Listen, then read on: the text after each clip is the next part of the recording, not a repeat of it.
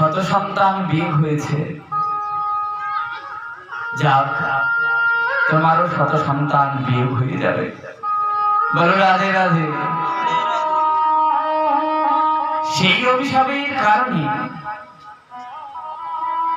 শত সন্তান বিয়োগ হয়ে গেল কোথায়? কুরুক্ষেত্রের যুদ্ধে। আগের জন্মের অভিশাপ এই জন্মে ভোগ করতে হবে। আর যারা এই জন্মে প্রাণী হত্যা করছো তাদের এই জন্মেই কষ্ট ভোগ করতে হবে। কেন জানো? মানুষ রূপে এসেছ না, তোমাকে মানুষ বানিয়েছে। আগের জন্মে